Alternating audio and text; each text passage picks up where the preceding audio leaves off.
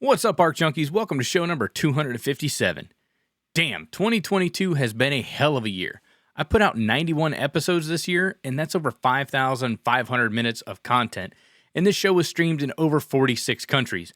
And all I can say is thank y'all so much for supporting my work. I've got a lot more planned for 2023 with different events, more in-studio podcasts, more topics, new guests, and much, much more, and I hope y'all continue to go along for the ride. As I mentioned before, today is episode 257, and it'll be the last podcast for 2022. I was planning on releasing it yesterday, which Mondays are typically my release day, but with the Christmas holiday, I just couldn't pull it off. But I wasn't about to leave y'all hanging without an episode for the week. Joining me in studio this week is Ronnie Bowen, aka Fitter Bowen on Instagram. Ronnie's a union pipe fitter / pipe welder out of the Orlando area. We discuss how and why he decided to join the union and what his career's been like thus far. We also talk about some helpful tips for new welders that are getting into the industry, regardless of whether you're joining a union or not. There's a lot of great information in this episode. We'll get right into it right after a quick word from our supporters. Today's episode of the Arc Junkies podcast is brought to you by my friends at Outlaw Leather. They're a family-owned business in Pasadena, Texas. OutlawLeather.com offers fast, easy shipping, and all of their products are available at an affordable price. Outlaw carries all the brands you're looking for as a welder, like Flange Wizard, Irwin, Empire, Snakebelly, and many more. They also make 100% customizable welding and ironworking gear, like hoods, bolt bags, rod pouches, work belts, arm pads, and tool holders. And our friends at Outlaw Leather are giving listeners of the Arc Junkies podcast 15% off all their in-stock handmade leather goods when you shop outlawleather.com and use Arc Junkies in the discount box at checkout. That's outlawleather.com. And if you're local to Pasadena, pop into the storefront and tell them the Arc Junkie sent you. We're also brought to you by Brockmount Research and Alloys. Brockmount makes the electrodes and abrasives to help you get the job done right the first time, every time. Brockmount knows the conditions we as welders have to work in. Maintenance welding doesn't happen in a clean, environmentally controlled fab shop. It's usually done on-site, in the field, under the worst conditions possible, causing you to combat rust, dirt, grease, oils, and other unwanted hydrocarbons in the weld zone. And due to time constraints or access, you can't get it to the clean base metal so that you can use rods and wires meant for initial fabrication. That's where Rockmount rods come in. They combat against these job site conditions and weld at lower amperages to maintain a lower heat input and have higher tensile strengths and higher percentage of elongation. And for the times you have to cut, grind, drill, and shape, Rockmount has the abrasives, burrs, blades, and bits to decrease your time on your tools. Check out their full line of consumables and abrasives at rockmountwelding.com. And right now, listeners of the Arc Junkies podcast can save 10% on all their abrasives, welding chemicals, burrs, bits, and blades when you use Arc Junkies 10 in the discount box at checkout. Get the job done right the first time, every time with Rockmount. One last thing before we get into the episode, if you're enjoying the show, please consider leaving a review on Apple Podcasts or Spotify. It really helps the show out tremendously. Also, you can pick up Arc Junkies hats, shirts, and hoodies when you click the shop tab on arcjunkies.com. All orders will receive a free Arc Junkies sticker pack. Alright, you know what time it is. Fire your machine, drop your hood, and turn me up 5.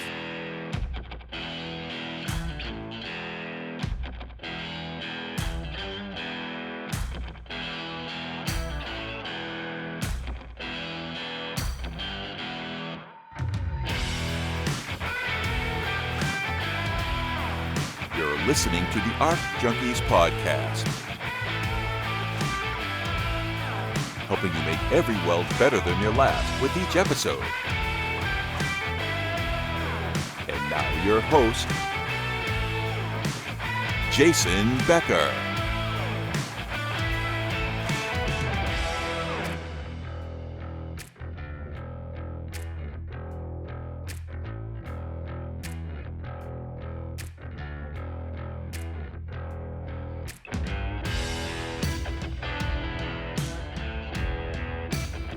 All right, Ronnie, great meeting you, man. Cheers, brother. Yeah, man. Cheers. Thanks for coming out. Yeah, no. Back in the BuzzBox studios. Yeah, it's super cool, man. I like it. It's really cool. Thanks. It's work in progress. I'm still trying to figure out, exactly where I want everything, try to get it all laid out. But it's like, so I run the podcast out of here pretty much full time, but then I also do all my code work and inspection on my reports and all that stuff. Like, I got my library in here, whiskey. I see that. Yeah. Little fridge.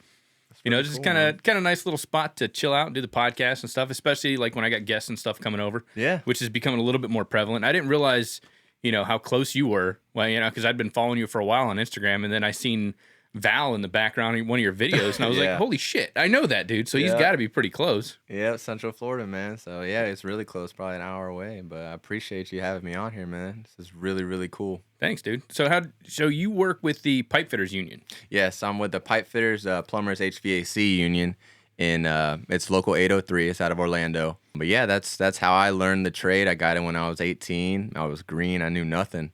And they taught me everything that I knew. They put me to work. I know unions aren't for everybody, but I know it's a great path if you want to be a part of something like a brotherhood and you want to learn the trade really well. I mean, I only know the union, but I've learned a lot through them, and I recommend it to anybody that wants to get in. I really do. Yeah, I'm not pro-union. I'm not anti-union. I've worked both sides. So I worked non-union contractors. I've worked for the union, worked for public education system.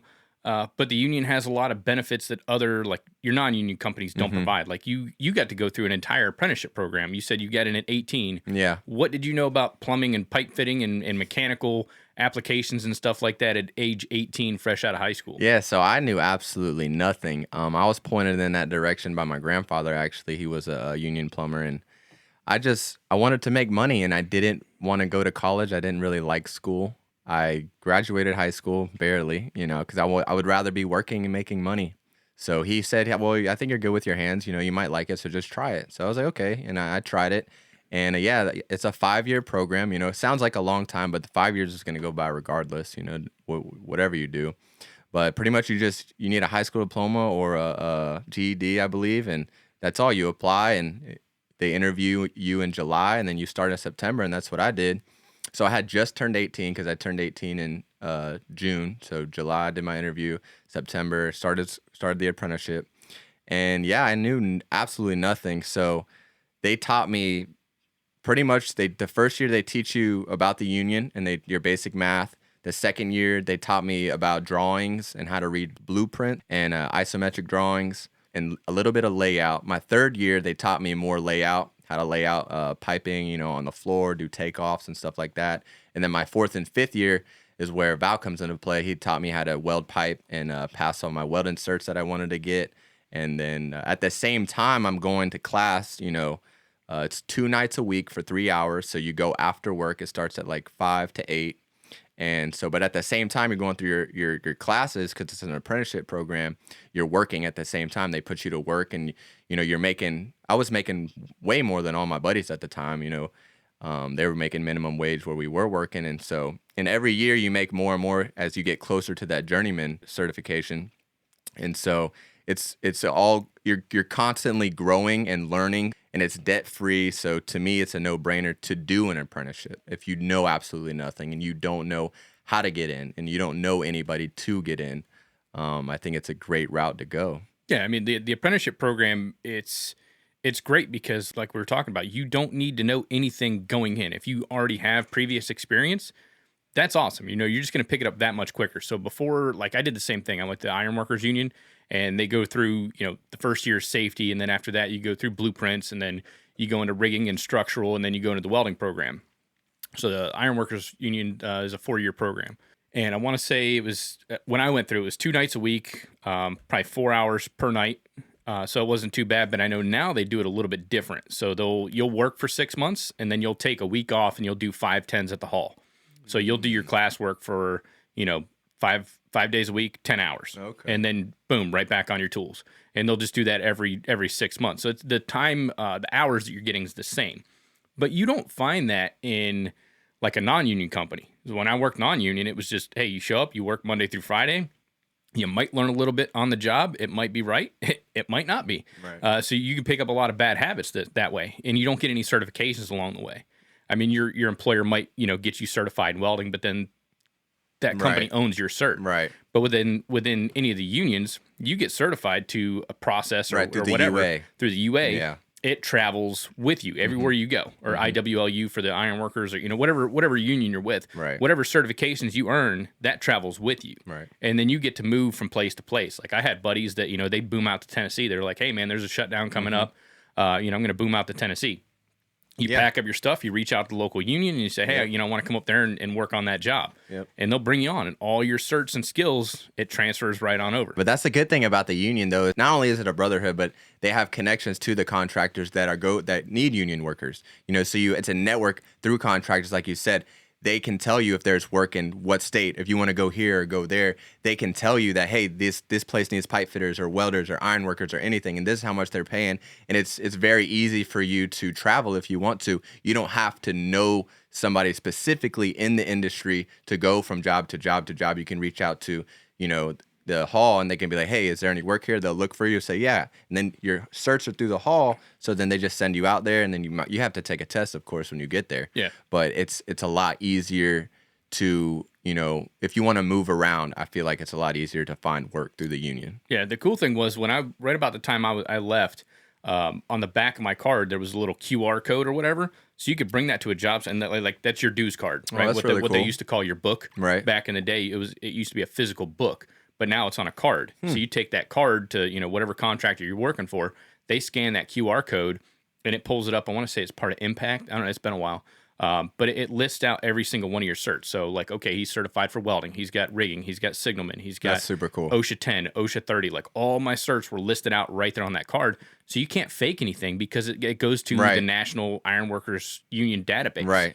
So and it's yours. And it's yours. Exactly. You can't hack in there and fake your certs or, use something on a PDF editor and change your name and slide that across the table. It's it's on your card. Yeah, and they offer those types of certifications in classes, and that's something that you have access to. Where if you want to get an orbital welding cert, they have classes for that. If you want to get your OSHA 30 or whatever it is that you want to get, they offer it. The union has a lot of access to things to whereas you can't.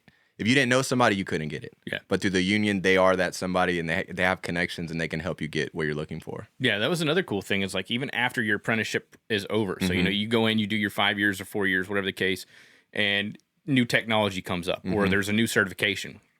They'll hold classes on Saturdays. Yeah. Free classes. Yep. You don't have to pay for it. You sign up, you show up. Lunch is usually provided, and you sit down, you take class, get something to eat, go back to class, and then once you get done, you get certified for whatever that thing is. I got my OSHA 30, and then I got my Hilti certification. Yeah, all in the course of I think it was 4 weekends. Yep. Over the course of 4 weekends. And it was I think twice a month for 2 months. Yeah, something so like it wasn't that. Bad. Yeah, and it's free. Yeah, you know what I mean. It's I think that's really great, and I know guys that have come, white ticketed in. They were non-union, and then they come work for the union, because I know if you have prior experience and you want to come join a union.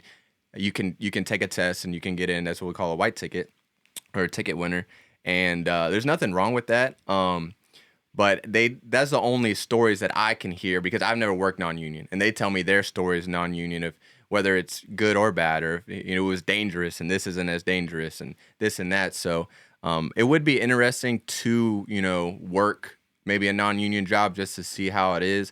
But as far as my upbringing, I've only ever worked union, and it's worked out for me. There's a lot of good guys, and it's a brotherhood, and they teach you the right way to do it, and do it once, do it right. Yeah, and there's pros and cons to both sides. Oh, for sure. I mean, we can go on on and on because there are some things that the union does that I'm like, yo, why are we doing that? Yeah, why are we doing it this way? And then I see some guys that work non-union, I'm like, that paycheck looks really good, because they're not taken out of it, what I mean? And so there's pros and cons back and forth, but like I said, that is the route that I went, and I knew nothing, and they taught me everything I know now, and now I'm very knowledgeable, and I'm really good at what I do, so I can't knock them for that, Yeah. One of the things that I really didn't like about when I was working with the union is you get out on a job site and I mean, you're a young dude, you probably hustle your ass off.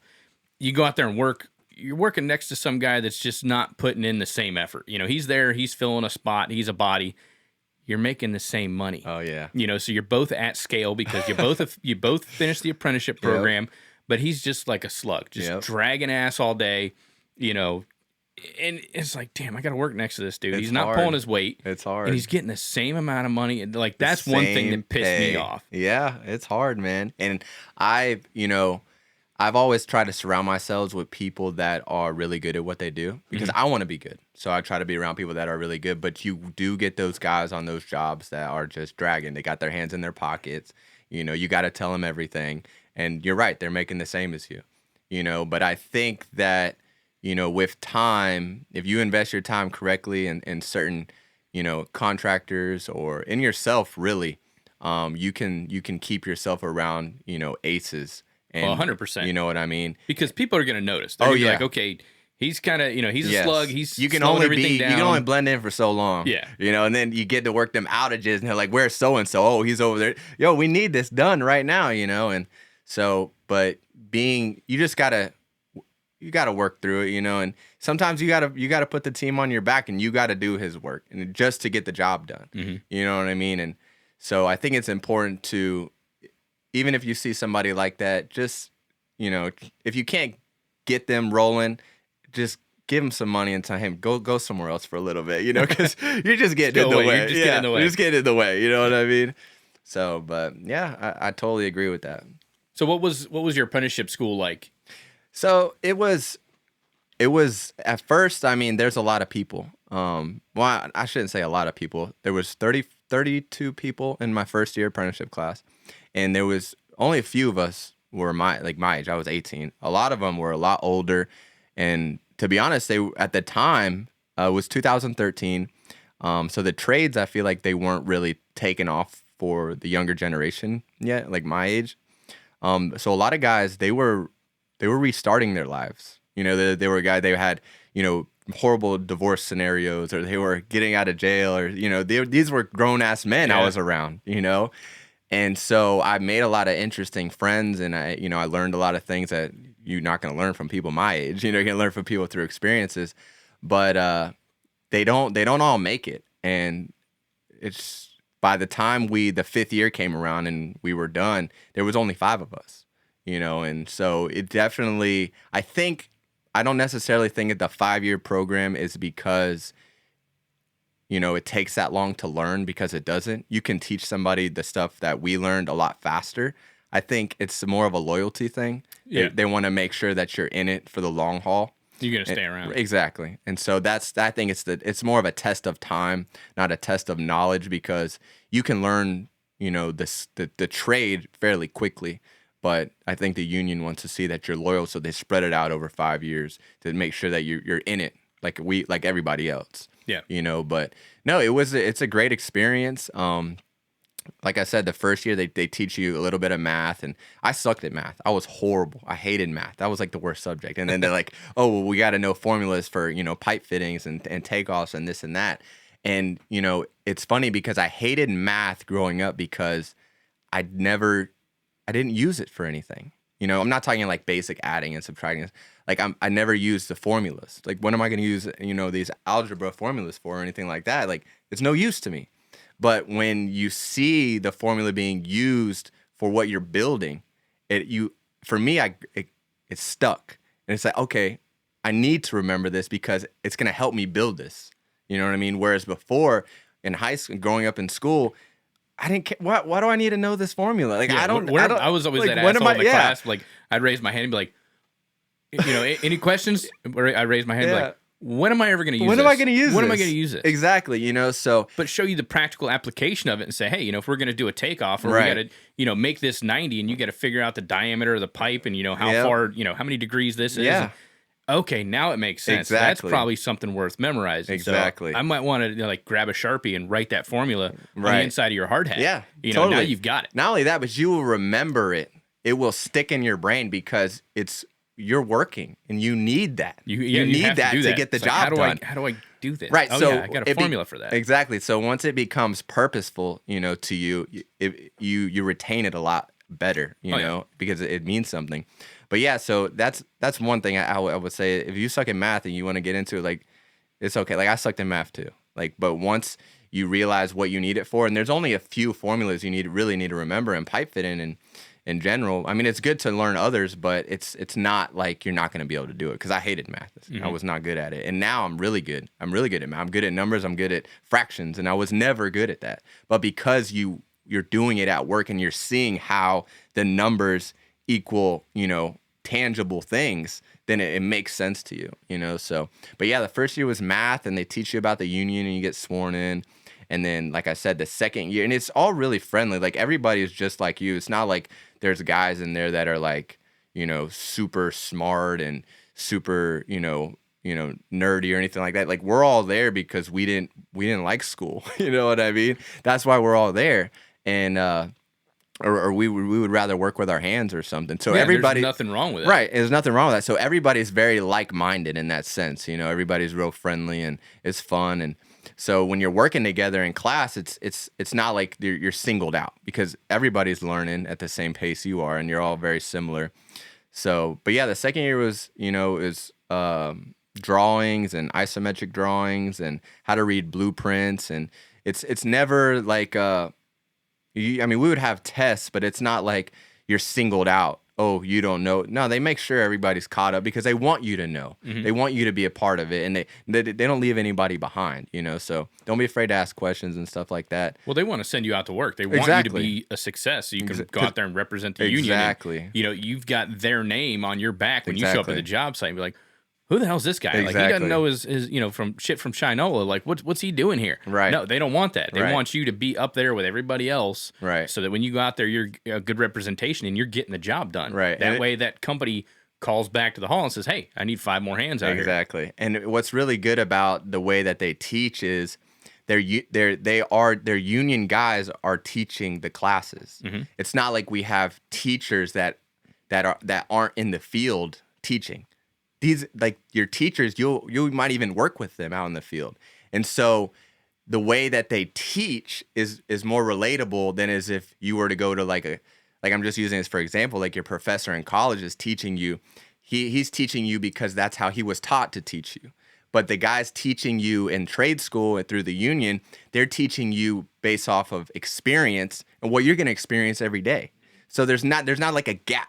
What they're teaching you is relatable. Yeah, they're not disconnected. Exactly. They're preparing you for what you're going to encounter. Exactly. Because most of the instructors, they're working during the day. Exactly. Doing the same shit. Exactly. And then they're coming in to teach it at night. Yep. So they've got relevant skills, right? Like you're saying, like I had a lot of professors, they had, when I went through college, they got masters and doctorates and this, that, and the other thing. And it's like, and you can't relate. Yeah. I was like, have you ever worked in the field? Yeah.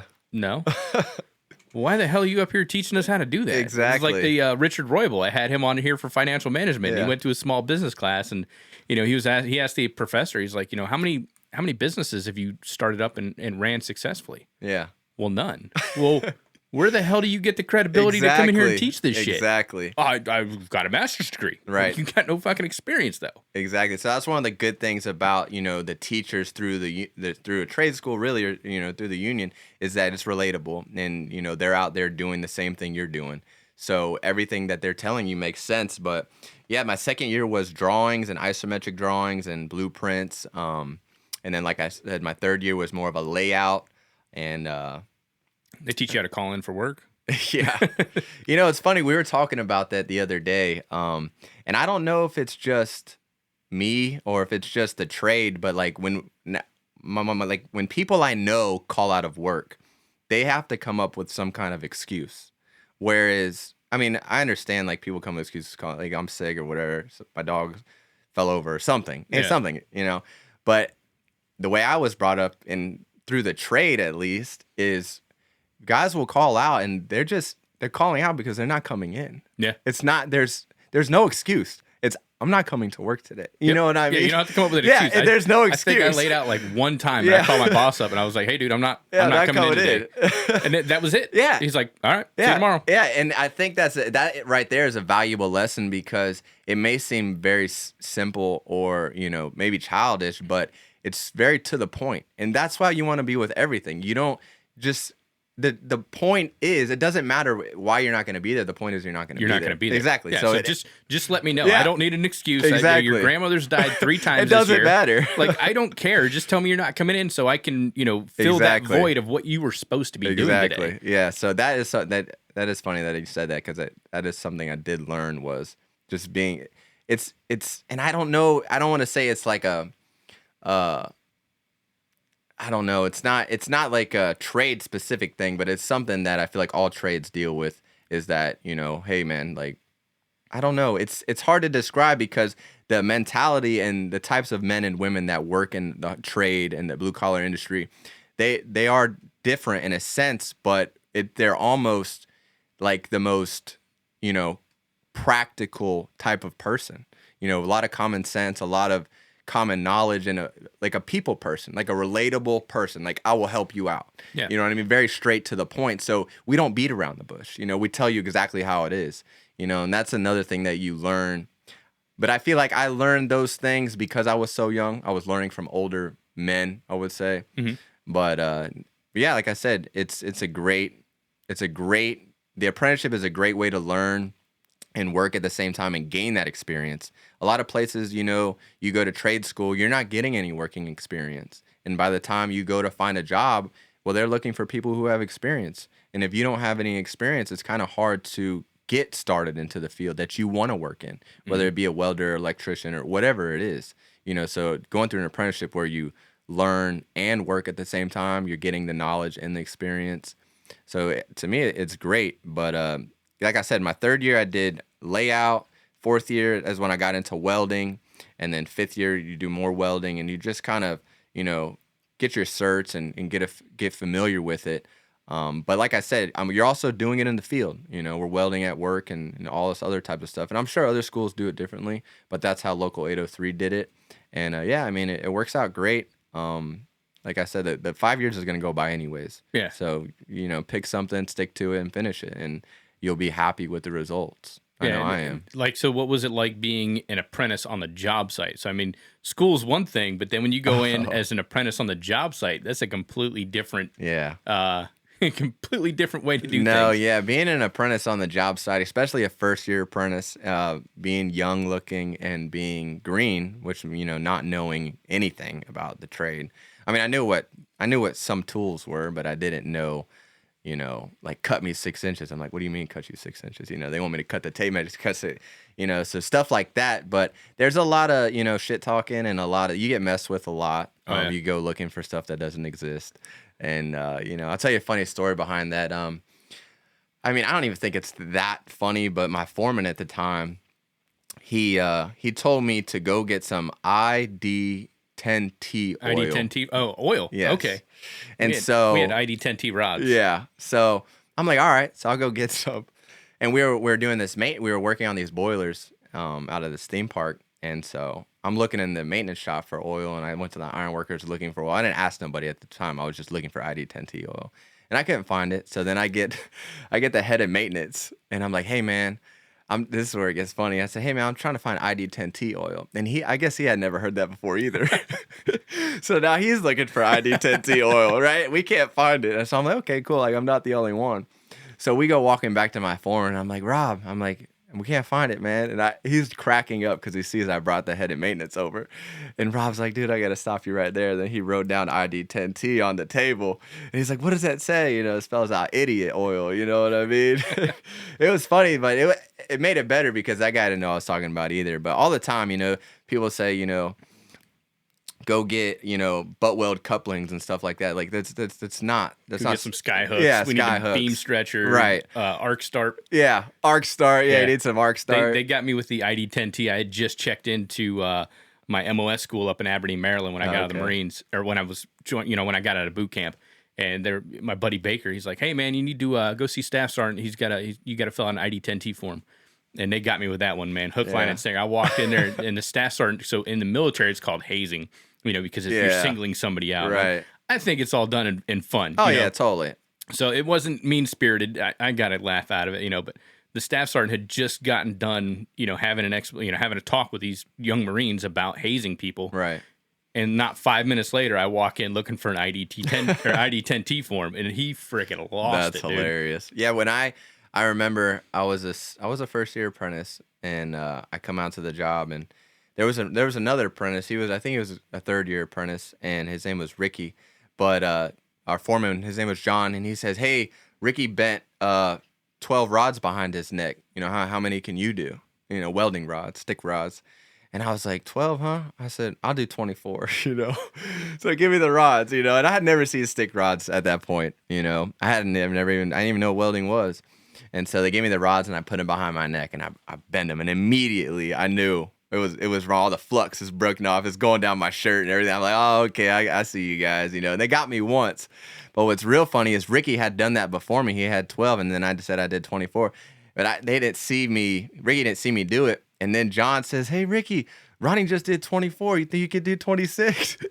And he went and got some more rods, and Ricky did it again. I said, Ricky, you got to quit doing that, man. They're messing with you. And he figured it out. Like, yo. So you definitely get messed with a lot as an apprentice, but it's all fun and games, like you said. And you just take it with a grain of salt because it will, if you hold on to it, it'll ruin your whole day. Yeah, and it kind of brings up the morale because one day you're the butt of the joke, the next day somebody else is, and that's kind of like how they roll you into the fold. Definitely. And it's not done, you know, and they're not doing it just to be a dick. Right. I mean, yeah, kind of a little bit, but I mean, it makes you a tighter knit group. Right. I feel, in my opinion. My buddy Richie did that. You know, he was first year apprentice out on the job, and they're like, "Hey, go get me a sky hook." You know, so he'd run around looking for a sky hook or the beam stretcher, or you know, like tightening the hook on the crane. Yep. Nope, you got to spin it the other way. Yep. And so finally one day, like they're out on this job, they're doing some rigging or whatever, and the journeyman looks over at him. He's like, "Hey, man, run over to the gang box, get me a choker." And he's like, "Fuck you guys," because it gets to a point where you've been messed with so much. Yeah, he goes, "I ain't falling for that one again." And like the journeyman snatched him up, was like, "Go to the gang box, give me a fucking choker." And he's like,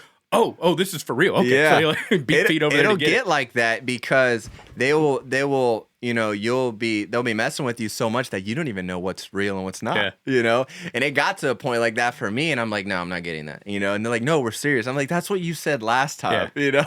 But if they're not messing with you, it might be because they don't like you. You know, if they're messing with you, it's because they do like you. Yeah. You know, and if you can mess with them back, that's what they want. They're like, it's like a you know, they're like poking at you and they want you to poke them back, you know?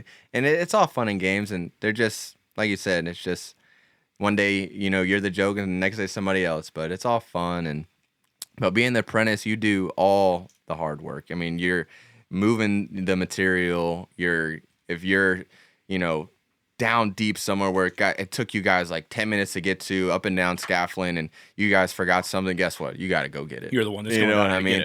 And you definitely need I would say carry a little notepad with you because. You know, you might be the only apprentice on the job, and your journeyman tells you to go get something, and on your way to go get that, another journeyman's going to tell you something, and another journeyman's going to tell you something. Hey, get this, get that. And so you don't want to forget nothing, so you carry a little notepad with you. That's what I did, and I would write down stuff that I need to go get.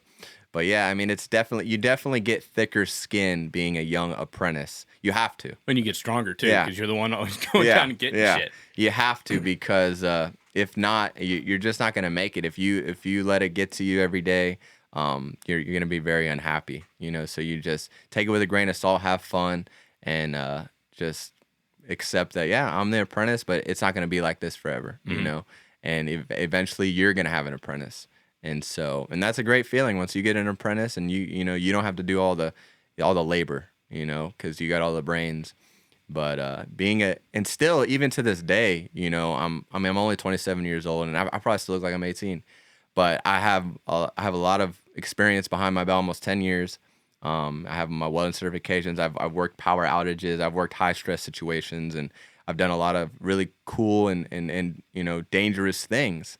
And I've worked around a lot of great guys, but still, when I go to a job site that I haven't been to, like we go work an outage, and I'm around travelers, and they don't know who I am, and I don't know who they are, but I look way younger than them. So automatically, I have to prove myself. You must be the apprentice. Yes, automatically, I have to prove myself. You know, so but you learn and you become capable to prove yourself.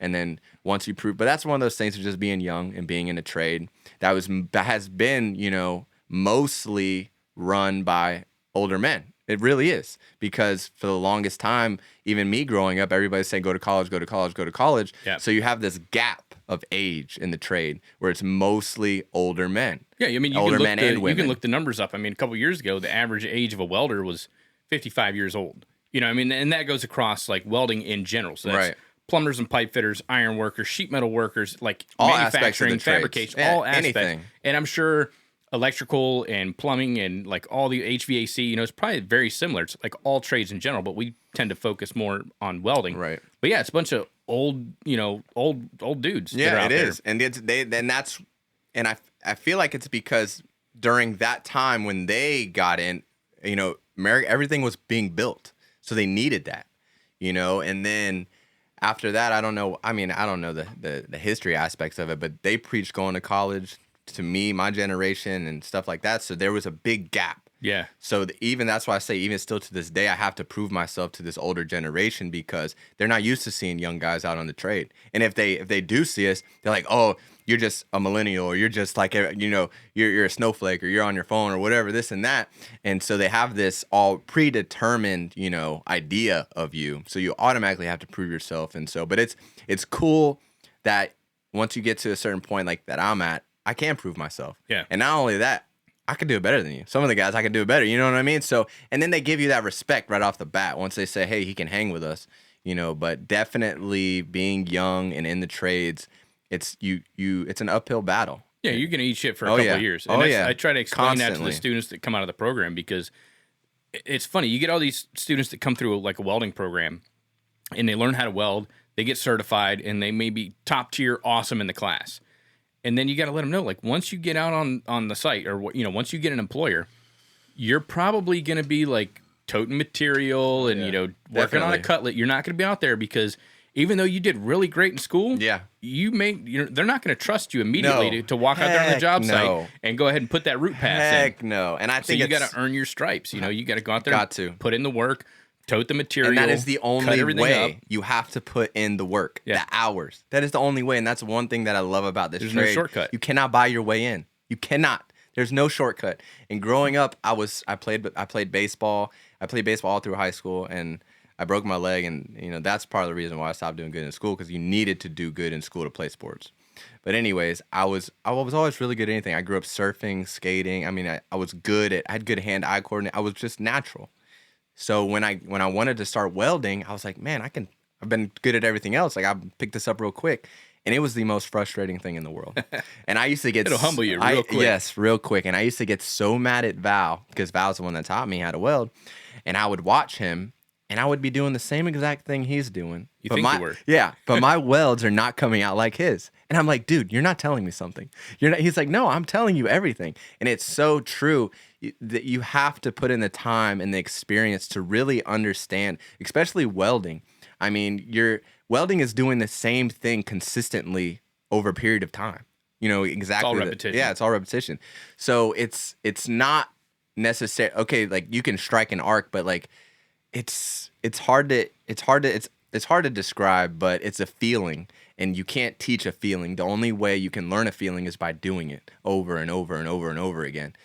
So that's one thing I really like about it is, you can't just walk in and do it. If you're good because you've been doing this for a long time. Mm-hmm. And Val's a damn good welder. Oh, my goodness. Remember, so funny story, how I met Val was when I first started teaching. My first year as an educator, his wife took my class. Okay. And she's like, oh, yeah, my husband's a welder. And I was like, well, why didn't he just teach you how to weld? Right. She says, he won't do it. He said, if I'm going to learn how to weld, I'm going to do it the right way. I'm going to go to school, and I'm going to learn how to do it.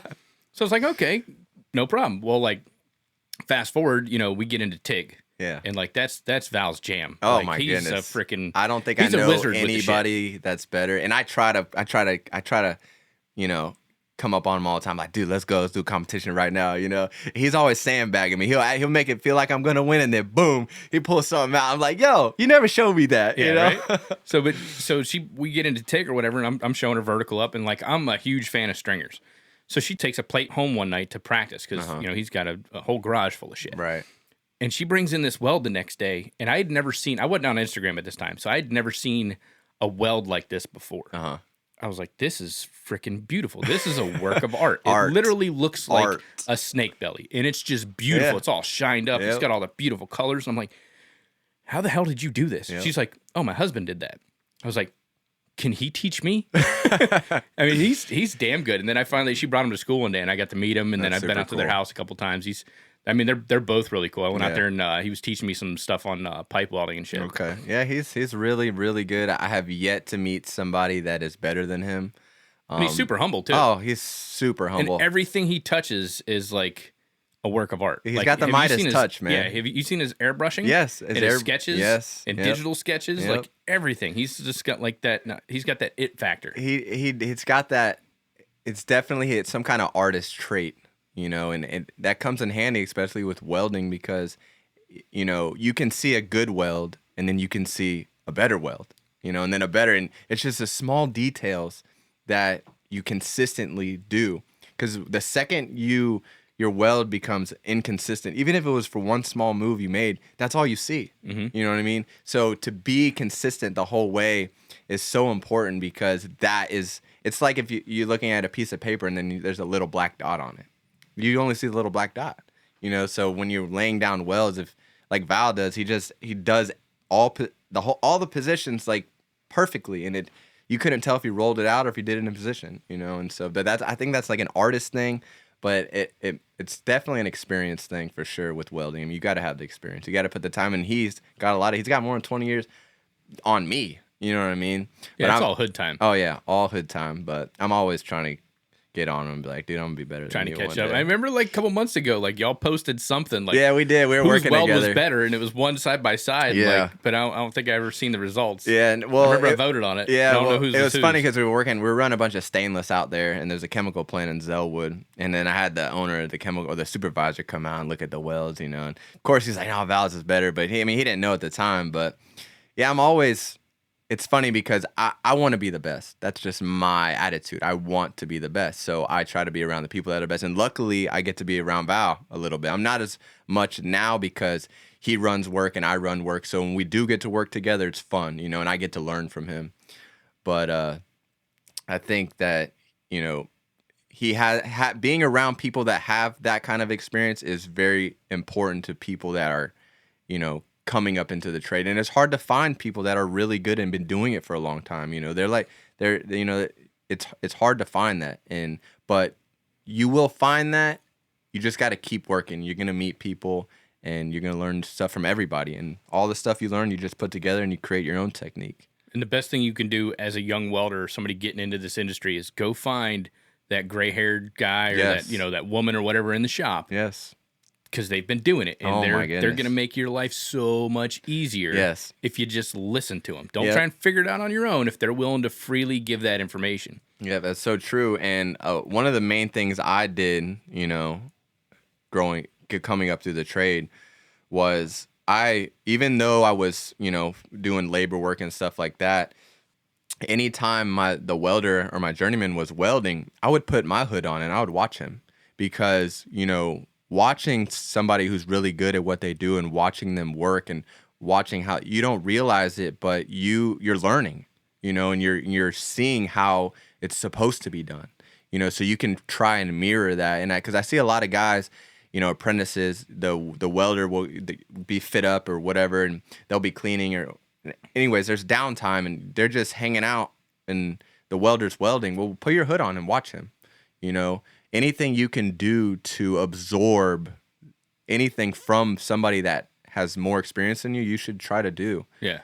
Because it's only going to make you better. And that's what I did. I was always, trying to absorb. And I ask questions. I ask a lot of questions. People will get mad because I ask so many questions, but I want to know, and because I want to be the best. And so I think if you go in with that attitude, you will learn faster, and you will move ahead a lot quicker, just because you're ambitious, and I think that's important in anything that you do, is to be ambitious, and to, notice when you're around people, like you said, that have been doing it for a long time, men and women too. But then when you're watching that arc, when you put that hood on and watch the arc, like watch that arc for a couple seconds, but then like lift up your hood, block the arc, and check out their body position. Oh, their posture, for how sure. How are they supporting themselves? Yeah. Are they braced up on something? I always Right. tell people, ABCs of welding, always be comfortable. Yes. Like, are they propping up on Yes. something? Are they doing it freehand? Because sometimes you can't always prop up on yeah. something. But I mean, watch their body position, see how they're doing that. Yep. Flip your hood back down, check out the rod angle, watch the torch angle. Yep. How are they manipulating, either one of those Yeah. things? And it's funny because all those things you're saying it's all determines how your weld looks. Your rod angle, your speed, your how comfortable you are, your heat, everything. The weather. It all determines how your weld is gonna come out. But that's all comes through experience, because you're gonna be welding in uncomfortable situations, and that makes you more comfortable the next time. And So, but yes, you always have to be comfortable. If you're not comfortable, you can't do anything well if you're not comfortable. Regardless if it's welding or not, you have to be comfortable. But that's one of the things I feel like takes so long to learn is how to get comfortable quickly, to make the weld.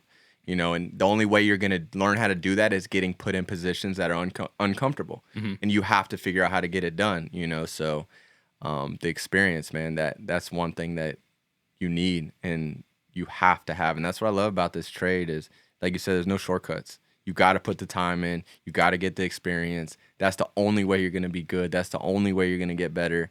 And I love that about it, because just because you got more money than me or whatever, it doesn't matter. Unless you have the experience, you're not going to beat me. You know what I mean? And it's so true. Now that you've been doing this for a while, have you ever, like, once you get everything fit up, do you do a dry run first? So and just make sure yes. you're comfortable, you got your body position right and all that? I do, and make sure your ground's not on, because there you go. Yeah, make sure your ground's not on, because when you go do that dry one, you accidentally strike up, But yes, I always do, and I tell the guy, my apprentice, Tony, right now, who's my apprentice, I tell him all the time, man, do a dry run. Like, see how comfortable you are. Try this way, try that way, And because it's, even though, you might be making the same type of weld, every weld is not the same. It's always different, but you have to make your welds look the same, make them look good, even though you're put in different situations and environments. But yeah, do dry runs, always get comfortable. Like, but the biggest thing is you're going to feel, one, when you first start out welding, you're going to be anxious, right? Two, the contractor, the job's got to get done. So now you feel a little bit rushed, you got the pressures on you. And then three, you're not comfortable, so the important, slow down, take a deep breath, understand what you got to do, and then proceed and then execute. You know what I mean? But yeah, definitely do dry runs. But that's all from experience. I wouldn't know to take a dry run unless, I'm making a position weld, and man, I wish I wouldn't have did that, because now it's in a spot that I can't grind it. Yeah. Well, that's how next time, well, hold up. Last time I did this, I couldn't reach that. So let me see if I can actually get in there and get the access. I used to do that with my students all the time, especially on test day. Oh yeah. I say go in there, run a couple practices. Don't let the first pass that you weld on test day be the root of your test plate. Right. Go in there, make sure you got enough wire, make sure your gas is set, make sure you got the right gas, make sure you got the right wire, make sure everything is like just how you anticipate it. But I'd walk in the booth and take the ground clamp and just take it right off their piece, throw it on the floor. Yeah. And say, okay, now I want you to run that weld. Right. With, go ahead, touch the rod right to the plate, touch the wire right to the plate, whatever the process is, and just kind of walk it up, go through the motions. And, 2 inches in, what do they realize? Oh, shit, I'm stepping on my lead. Okay, well, it's a good thing we did a dry run. Now we know what to avoid. But, and it also helps you with, get the right body position. And kind of, it gives you a little bit more confidence, too, because the second time is going to be a live arc. So you get to go through there and kind of see all the little pitfalls and stuff that you could screw up. And then you hook that ground clamp back up and go at it. And you're like, okay, now I'm good now, because you've kind of taken out some of that worry, or like you said, with limited access points. Well, I don't want to wait till I'm 3/4 of the way around this pipe to figure out that jammed up. The backing cap is, too long, and I could have just put a stubby on there and worked all the way through it. Okay, now I'm going to swap that out real quick. Hook the workpiece. But all that clamp, comes with experience. Yeah. And that's what and that's what I know. But when you're learning how to weld and you're inspired by these other welders that you see, that you want to be like them, that you get anxious, because, I know what, at least for me, when I was coming up, I would rush my root. I would rush my fill, because I'm ready to cap it. I'm ready to put a slick cap on it. Yeah, you know what I mean? You want to put the cherry on it. Yeah, I'm ready to put a slick cap on it. So that was my biggest problem. And, that's one thing that Val teaches, and what has really stuck with me is prep. You got to, everything from the start to finish has to be 100%. You cannot half-ass your prep, half-ass your root, half-ass your fill, and then expect your cap to be golden. It's not going to work. You have to, everything. It's a bad formula. Exactly. So your prep's got to be good. You put your first quarter of your root in, check it. Next quarter of your root, check it. So take your time. Make sure everything that you're doing with purpose, and you're not rushing. And it's easy to say, but it's so hard to do because I know when you're learning how to weld, you want to be good, you want to be slick, and you want to be like, you want to cap it. You want to be like, man, look at that, I did that, you know. But you need, everything needs to be good. So that's some advice that I have is take your time and make sure your prep is good. Everything, make sure it's clean. Don't rush. If you start rushing, things get, you know, they look rushed. You know what I mean? Take your time and really focus on what you're doing. All right, we're going to go ahead and take a quick break. This segment of the Arc Junkies podcast is brought to you by Strong Hand Tools.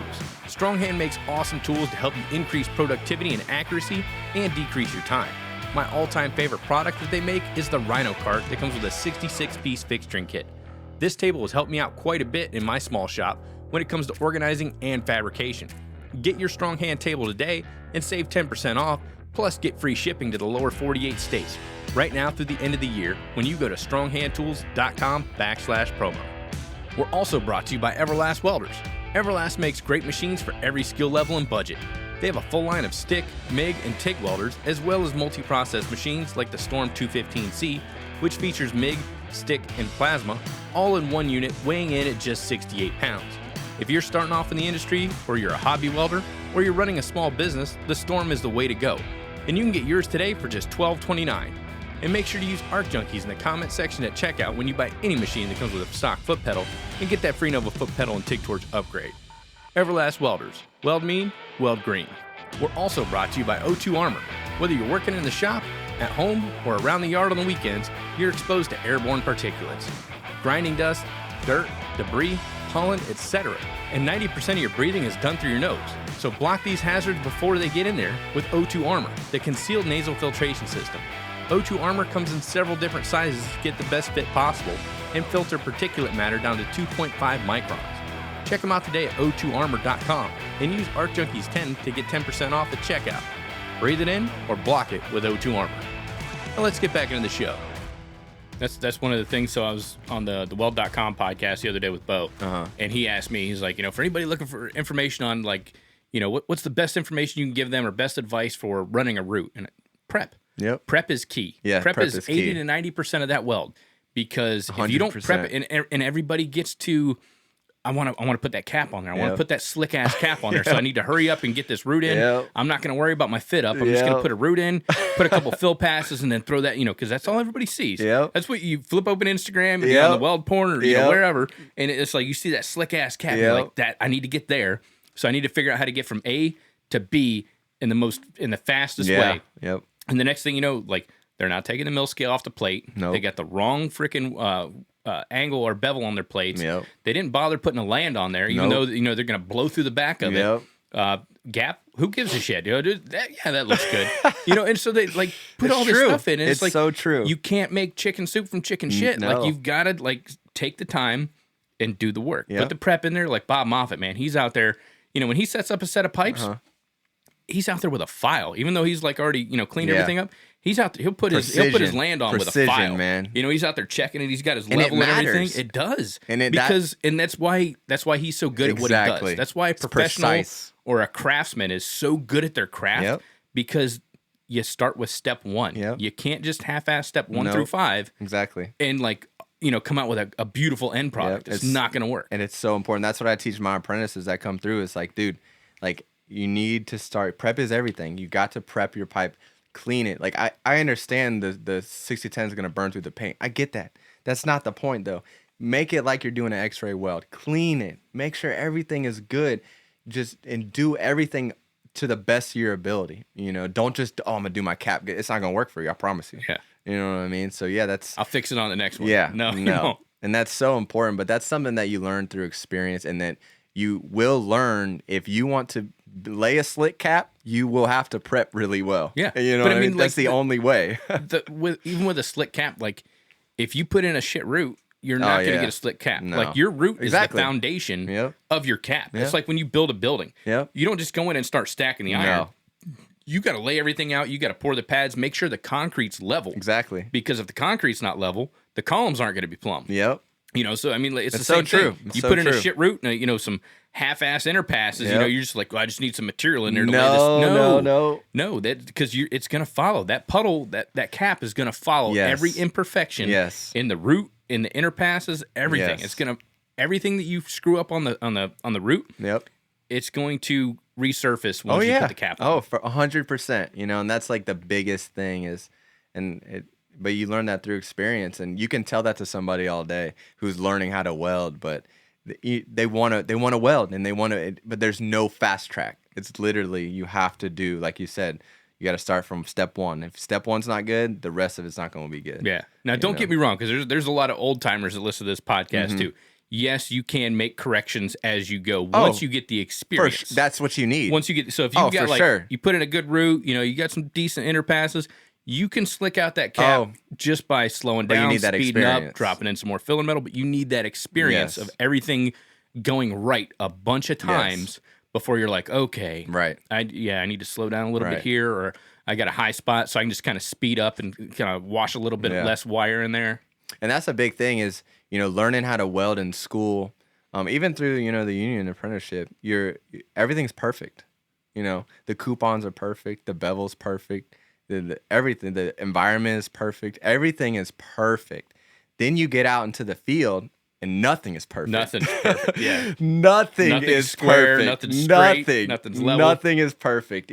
So I think it's so funny. I love seeing guys, that, white ticket in or whatever, and they come in and I went to welding school and they, I'm out here ready to weld, and then it gets fit up and we might be tying onto something that's existing, or they're in a spot where it's hard to reach, and or the pipe's ate up, and they're fighting all of these factors that they didn't deal with in school, and that's where you learn, that's where you get your experience, and that's where you become a welder, because welding in the booth at school, everything's perfect, So once you get put out in the field, it's a whole nother ball game. And so I think it's important to weld in the field as much as it is to weld in school. Mm-hmm. In school, you learn how to do it correctly, but out in the field, you learn how to overcome obstacles, and I think that's a big thing, because that's what you're going to deal with out in the field, and maintenance contracts or anything really, even new construction, when you're running new piping, everything's not going to be perfect, but that's what makes you better. So it makes you really good. The guys out there welding in the field in those really bad spots and really shitty situations, those guys are good. And that's what you want to be. You want to be somebody that can weld in any environment, any situation, any angle, any position, because you always have a job. That type of welder can take a fab shop welder's job any day. But a fab shop welder can't go out in the field. No. He's going to struggle. Oh yeah. You know what I mean? So I love that about, the trade, and there's different tiers to it and stuff like that. I used to humble a lot of my students that way. They start, they pass a weld cert or something, or they lay down a slick bead and they start getting cocky. And I'm like, okay, tell you what, put them in the box. You go grab a piece of that 6x6 piece of plate, 3/8 thick, and then I want you to go grab a piece of 1/2 inch, 2x2 angle iron. Yeah. Leave the mill scale on the plate. Leave the rust on the angle iron. You're just gonna cut a 6-inch chunk of that angle iron off, and I'm gonna put you on this ladder here. And I just want you to go up like 4 steps. Nothing dangerous. Yep. 4 steps. I'm going to give you this harness. We'll clip it off to the booth. You're not going to fall. Don't worry. But getting them out of their element, getting them out of their comfort zone where everything's not just so. Right. So leave that mill scale on there. Leave that rust on there. I'm going to give you this 7018 rod that's been sitting out, in the shop for 3 or 4 hours. Yeah. Okay, now I want you to put that moisture in it. Put a slick ass weld right around, just one pass. Yeah. All the way around that piece of angle iron. And they'd get up there and they'd struggle and struggle and struggle and struggle. And I said, that's what you're going to face once you get on the job site. Because a lot of times you can't get up there, you can't get it clean. Nope. You're tying in, like you said, into like old shit. Oh, yeah. When we did, rehabs at some of the theme parks, you're welding on freaking connections to I-beams that have been there for like 30 some odd years. Oh, my gosh, I know. And it's like, damn, this stuff's like... As soon as you strike up on it, it eats away. Yeah, there's shoot. Yeah, there's layers of paint on top of, and then you got epoxy, and then there's new resin and fiberglass, and it's like, okay, yeah, I can only get this stuff so clean. Okay, now go ahead and make that weld. And by the way, once you get done, it's got to get, they're going to come out here and do an inspection on it. So make sure it passes. Yeah. And it needs to get done yesterday. Yeah. You know what I mean? So it's all these factors, but it's what makes you better, and like I said, it's just the experience. And so it's so important to just go out there, show up on time, be a sponge, and just be dedicated. when I first started doing this stuff, I didn't think I was going to enjoy it as much as I do now. And now I really enjoy it, and I wouldn't say that I love it. Well, I'll take that back. I do love it. I don't love working for the contractor. You know what I mean? But I love welding, and I love, the art of welding and the craftsmanship of it. And, it's a whole process, and it's a trade. It's something that you learn, and I love that part of it. And I love being able to teach people that. But it's very valuable. So I definitely think that for young people to get into it, like do it. And like, if you can show up on time, you can listen, and you can adapt, like, you will always have a job. Yeah. Always. That's one thing I had Half the outside people my can't even classroom. show up on time. That's You the know biggest what thing. I mean? It's like half the people can't even show up on time. And it's like, if you could just show up on, if I had somebody that was really good, but they were always late, and I had somebody that was like half good, but showed up on time every day, I would rather have that person that showed up on, because I know they're going to be there. Mm-hmm. They're reliable. Okay, yeah, the other guy is really good, but it's like I can't do anything with him. He's not here. exactly. So, and that was a big problem for me, coming up. Like I said, I was 18, I was young, I was still partying, going out and having fun, and I was living with my parents, so I didn't have much responsibility. And so I was showing up late, and I was getting a lot of crap for it. And, there was times where nobody wanted to even work with me. With Ryan showing up late, he's on his phone, he can't cut straight with the bandsaw and all this stuff. I was green as could be. There's an art to that. Yeah, I was as green as could be. And so it got to a point where, I had already worked for 2 contractors before that. And then this third contractor I started working for him. Got passed around a little bit and worked with a few guys. But, I was still partying. I was 18, 19, I was just trying to make money. I wasn't really looking at a career perspective, because I was young. But then they told me, he said, hey, no other foremans want to work with you. So they put you with me. So this is like your last chance, like really get your shit together. So I was like, okay. So then I did, I started showing up on time, and I started doing better and better. And the better that I did, the more opportunities that I got, and luckily I stuck around for a long time, and I worked my way up into a foreman position, and, I have a company truck and stuff like that. And it's great. And I've learned a lot, but you have to adapt. You have to grow. You have to be willing to, take the criticism and all that other stuff. But it's definitely possible, and it's a great route for anybody that is young and doesn't want to go to college or anything like that. Get in the trades, man, because you can do it, and you can make a good living doing it, And not only that, you might, find something that you're passionate about. Like I never knew, growing up, I never even thought about welding. I never thought about it, and then once I started doing it, I became very passionate about it. And now it's to the point where I love teaching it, and I love promoting it, and I want to be around it, and I want to be around guys that are really good at it and girls that are really good at it, So I think and now it's like a whole world, especially with social media and stuff. Oh yeah, social media's played a huge it's crazy. part in getting people into the skilled trade. I can't believe it. And it's funny because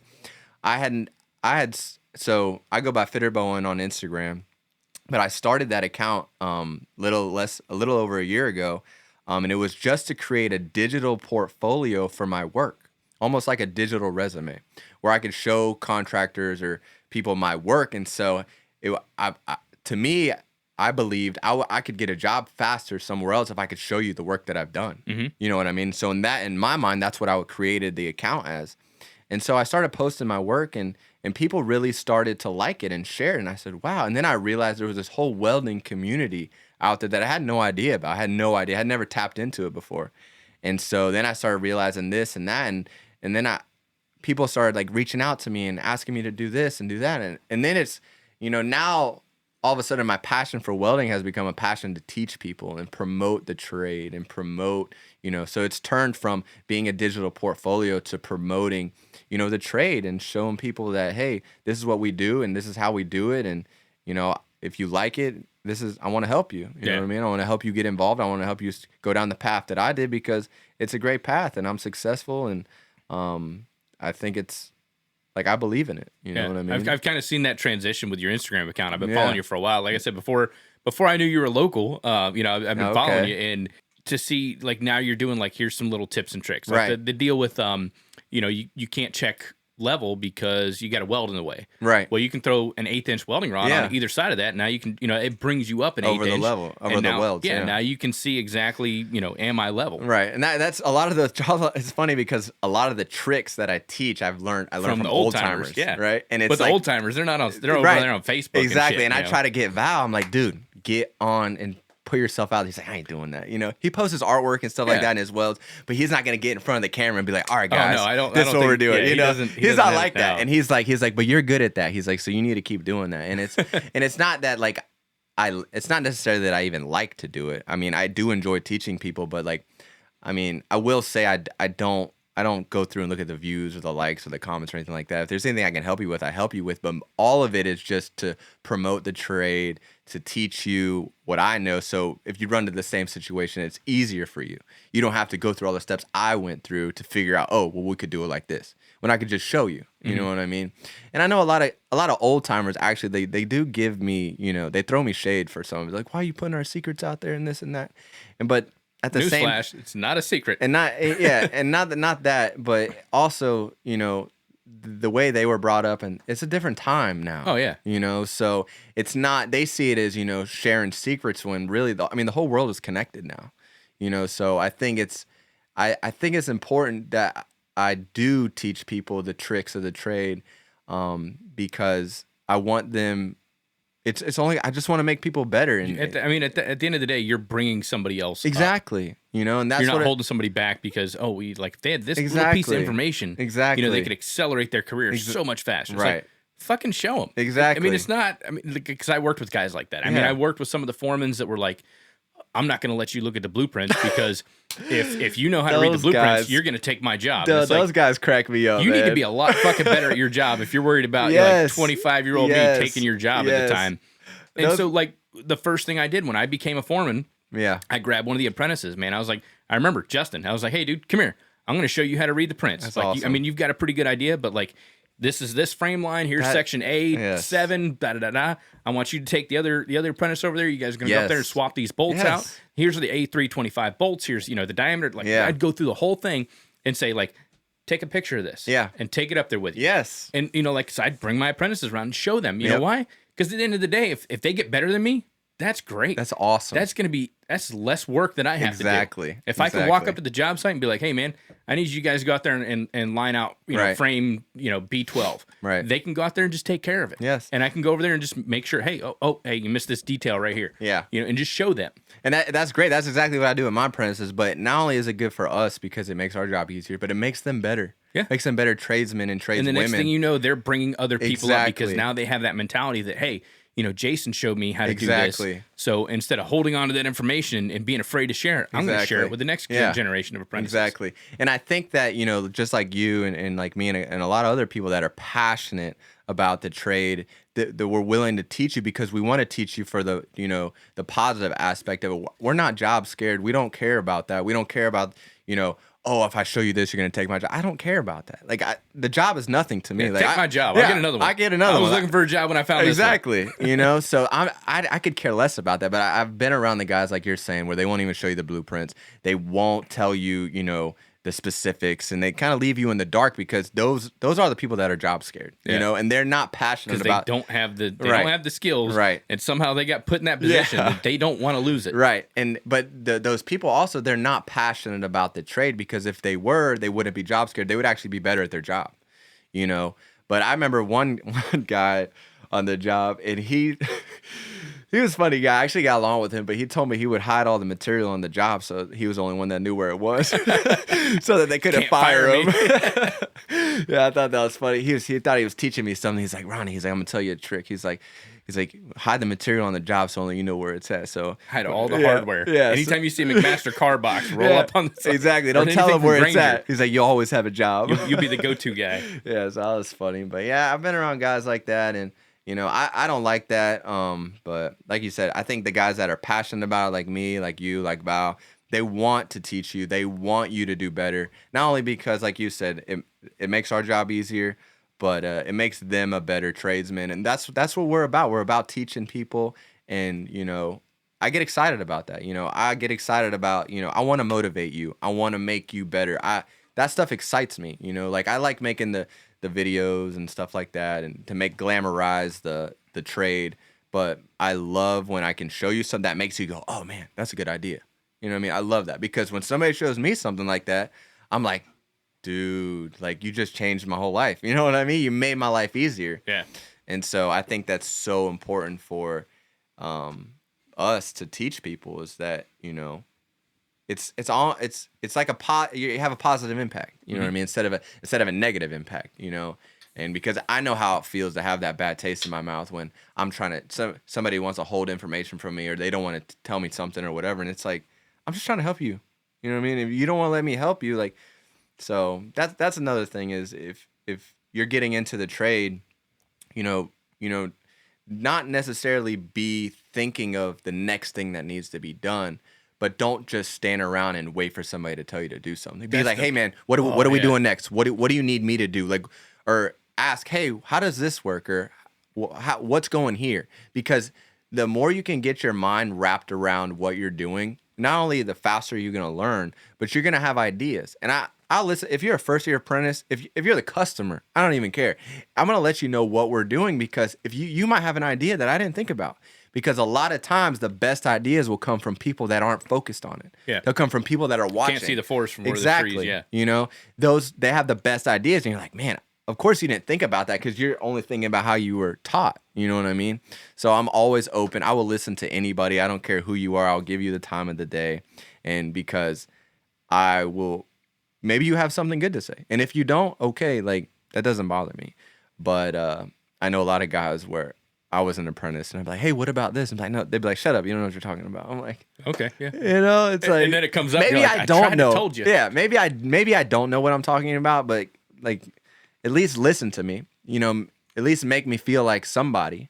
Yeah, make me feel like part of the team. Right, exactly. Because I know a lot of the old timers. If you're especially a first year apprentice, I mean, you ain't touching pipe. You ain't. We don't listen to you. Like, you have nothing good to say. Like, all that stuff. So I try to make it like positive. I want these guys, because it's already hard enough being having to do all the labor as an apprentice, and then having to go to school at night or whatever. Being at the bottom, it's already hard enough. So me making your life harder, you're just gonna make my life harder. You know what I mean? So if I can make you feel like you're a part of the team, if I can make you feel like what you're doing matters, then it's gonna make you motivated to do better. Yeah. And to think and to be like, oh, I actually have good ideas. You know what I mean? Even if they're small ideas, even if I've already come up with a way to lay something out, and my apprentice is like, well, why don't we do it like this? And it might not be faster than my idea, but if it works, I'm like, okay, let's do it. Because I want him to feel like what he's learning and what he's absorbing, he can actually use, and we can actually get it done. You know what I mean? So I think that's important, that a lot of the old timers, they kind of hold everything to themselves, like you were saying. I think that's one of the best things you can do as like an apprentice, whether you're union or non-union. If you're an apprentice or you're just getting into the trade, is anticipate. Look at what work is happening right now, right, and anticipate what's going to happen next. Okay, he's drilling out, a 3/4 inch hole. He's going to need the bolts. He's going to need the washers. Exactly. He's going to need the nut. Okay, let me go get the hardware. And then, he's going to need to tighten these things up, or I'm going to have to tighten them up. So let me go ahead and grab the spud wrenches. Let me go ahead and get the level. Let me get this set up, because once he's done with that task, I'll have everything that he needs right there. Exactly. And it's going to make the day go by much faster. And the next thing you know, when you're, in the journeyman's position, you're going to know the sequence of operations. Yep. So it's the same thing like tooling up, dude. I'd go home, on like whatever night, I think about, okay, even before I was a foreman, I'm an apprentice. Mm-hmm. Okay, what needs to happen tomorrow? Okay, we got this job. Okay, let me think. We're gonna need the level. We're gonna need the chain fall. We're gonna need the chokers. We're gonna need this shackle. Right. I'm gonna need the welding leads. Like, I'm like mentally already loading the truck. Right. The night before, so that when I get into work on time, which is early is on time is late. Yep. Roll across the breezeway. 15, 20 minutes early. I'm gonna go ahead and start outfitting the truck. Yep. So that way, when the journeyman gets in, hey boss, we're ready to go. Oh, yeah. Oh, did you get the this, that? Already on the truck. Yes, what about this? Already on the truck. Yes, sir. All we get, keys in the truck. All right, let's go. That's awesome, man. Yeah, that's and it's funny because it's easy to say. It's way harder to do, especially when you're getting into it, because you're nervous. If you've never been around the trade before, You know, you're kind of nervous and stuff like that. But the more you learn, that's why I say absorb, and ask questions. And when you ask questions, anticipate what's coming next, because that's going to help you grow it. And what you don't realize is you anticipating, it does something to your brain. It really does. And it allows you to process the information, you know, longer or faster and quicker. And you keep doing that every day, you're going to get really good, you know? So yeah, I mean, that's great advice to give to those guys, man. And then ask questions, because especially as like an apprentice, I'm always that kid. Like, why? Why does this work? Right. You know, how does this work? And I still like, do show that. me. I still do that. Exactly. Even in things like that I don't even work on. Like if we're putting together a system and the electrician's hooking up, I'm like, dude, how does this work? You know, because I like to know how it all works. Oh yeah. I don't just want to know how I want to see how the entire system works. I want to know how to turn this thing off, shut it down, whatever we got to do. I want to know, you know, but that's part of, you know, like you said, anticipating and absorbing information and always asking questions is so important. But yeah, I think that's like the main thing. Show up on time, absorb and anticipate, and you will be great. You'll be golden. Yeah, it's like that dude I had on the podcast a little bit ago, Ryan Yearop. So he does a lot of repairs for boiler systems. Oh, I follow him. He does a lot of badass shit. Oh yeah, dude. But like, not only does he know how to repair the boiler system, he knows how the entire thing functions and everything that has to go for that system to, you know. But all he's swapping out the tubes. But or the plates. You know, he's been doing it for a long time because he's got the tools that he's got the tools. He's got all the specialty type shit. Yes, he knows exactly what he needs to get that done. Nobody can do it faster than that, you know, because that's what he does. He specializes in that. It's his thing. It's his jam. And it's so cool. Every time I see him post, I'm like, dude, this guy, he's a wizard. Yeah. He is a freaking wizard. And I'm like, it's just, but you only get, he put a lot of hours in to get like that. Oh, yeah. Nobody can teach that to you unless they've done what he's done. He's asked a lot of questions, you know, what I mean? A lot of people that knew what the hell was going on. Yes, trial and error and all that stuff, you know. But yeah, he is a wizard, man. And I love watching him do stuff and the tools that he has. And he's got so much equipment. Yeah. I'm like, dude, this guy is... But I mean, look at how long he's been doing it, too. And I never see anybody helping him. I'm like, oh yeah, does he do it all by himself or what? You know, dude, you gotta. I'm not sure if you're already checking or following him, but I look follow at Nick Bazzatis. Oh, Nick Bazzatis? I don't know if I follow him. Dude, oh shit. Maybe I do. He's like a one-man welding crew. He's got a spider crane. Okay, yeah, the red one, right? I think it's red. So. Yeah, and he's got like it's a Canadian, right? No, he's out in Washington. Washington? Okay. Yeah. No, or Oregon or somewhere. I think Washington. But he's got like a his truck's got the big boxes on it, right? I think, and it's got the rack on one side. Yeah, probably. I think so. He's got like a little like a Can-Am like side by side. Yeah. That he's got tracks on. Yep. And he goes and all got up the into the Luma mountains reels and on shit. it. Yeah. Yeah, I seen that. Yeah. He's a badass shit, yeah. dude. But I mean, yeah, he's like a one-man. Nick's a one-man welding crew. It blows my mind when I see those guys working by themselves because I'm like, I don't know how you do it, you know, because I ride my apprentice, you know what I mean? But if I don't have my rented mule today. Yeah, if I don't have my apprentice, it's like, shoot, like, how am I going to get this done? I mean, of course I could do it, you know what I mean? But you get accustomed to having an apprentice. Skyhooks. Right, yeah. But I see those guys like you're talking about, it's like, but they got the equipment. Yeah. You know, it makes a hell of a difference. If you got the right equipment, the right tools, there's a lot you can do by yourself, you know, and so... But you would only know that by trial and error, by asking questions and by experience, you know. And I want to be like those guys one day, man. So, you know, I want to have my own business and I want to do my own work. You know, I do. I mean, I work for a contractor and yeah, they take care of me. I get company gas card, company truck, you know, like zero expenses out of my pocket, like all profit. But at the same time, I see how much money I make them, you know, and I'm like, dude. Like I could get some of that money for myself too, you know. But I need the capital, I need the equipment and stuff like that. So I know Val runs his own business on the side, Lead Belly Metalworks, which is cool, and he does a lot of cool stuff. But I would like to be around people like Nira. I would love to be around somebody like that has all the.